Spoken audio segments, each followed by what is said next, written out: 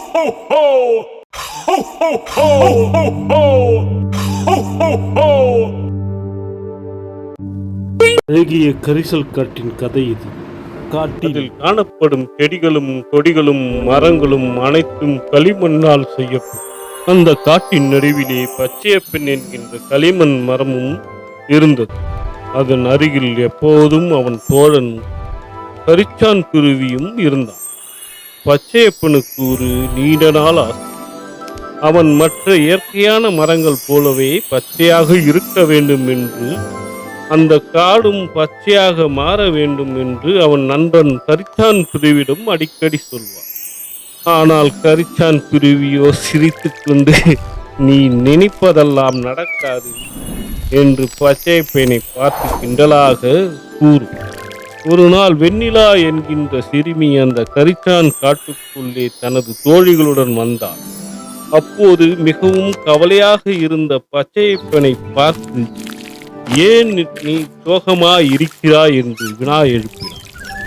அதற்கு பச்சையப்பன் கூறினான், நானும் மற்ற மரங்களைப் போல பசுமையாக மாற வேண்டும் என்று எனக்குள் ஒரு நீண்ட ஆசை உள்ளது. அந்த ஆசை எப்போது நிறைவேறும் என்று எனக்கு தெரியவில்லை என்று. அப்போது வெண்ணிலா சிரித்துக் கொண்டே சொன்னார், செய்துவிட்டால் போச்சு என்று.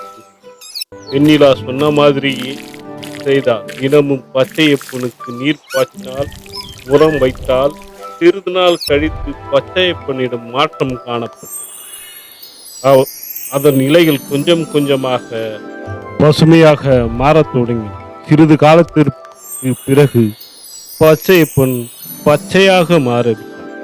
இதை பார்த்த கரிசல் காட்டில் உள்ள அனைத்து களிமண் மரங்களும் தாங்களும் பச்சையப்பன் போலவே மாற வேண்டும் என்று வெண்ணிலாவிடம் கூறினார். வெண்ணிலா உடனே அனைத்து களிமண் மரங்களுக்கும் நீர் பாய்ச்சினால் அனைத்து மரங்களும் சிறிது காலத்திலே நிறம் மாறத் தொடங்கின. இதனால் நிறைய குருவிகள், பட்டாம்பூச்சிகள், அணில்கள், பறவைகள், குரங்கு, புலி, யானைகள் அனைத்தும் காட்டுக்குள் வந்து வசிக்கத் தொடங்கின.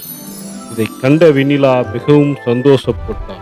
கரிச்சான் குருவியும் தனக்கு நண்பர்கள் கிடைத்து விட்டார்கள் என்று பச்சையப்பனிடம் கூறினார்.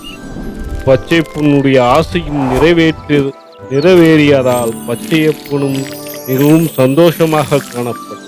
வெண்ணிலாவின் இந்த வேலையால் அந்த பகுதியில் சுற்றுச்சூழல் மாற்றம் ஏற்பட்டது. நன்றாக வளர்ச்சியடைந்தது. அடிக்கடி மழைகள் பெய்யத் தொடங்கின. கார்பன் அளவு அதிகமாகியது. கார்பன் கிரெடிட் ஸ்கோர் அதிகமாக உள்ள பகுதியாகவும், சுத்தமான காற்று, இயற்கையான சூழல், குறைந்த வெப்பநிலை உள்ள பகுதியாகவும், குழுகுழு என இருக்கும் பகுதியாகவும் கரிசல் காடு பூமி மாறியது. இதனால் அந்த பகுதியில் ஒரு மிகச்சிறந்த தட்பவெப்பநிலை சூழ்நிலையாகியது. இதனை கண்ட ஊர் பொதுமக்கள் மற்றும் வெண்ணிலாவின் பெற்றோர்கள் அவளை மிகவும் பாராட்டினார். ஆகவே வெண்ணிலாவை போல நாமும் அனைவரும் வீட்டிற்கு ஒரு மரம் வளர்ப்போம், சுற்றுச்சூழலை பாதுகாப்போம் என்கின்ற உறுதிமொழியை எடுத்து சுற்றுச்சூழலுக்கு துணை நிற்போம், பூமி தாயை காப்பாற்றுவோம் என்ற நம்பிக்கையுடன் இந்த பூமியில் வாழ்வோம், வளர்வோம், பசுமையான பூமியை காப்பாற்றுவோம்.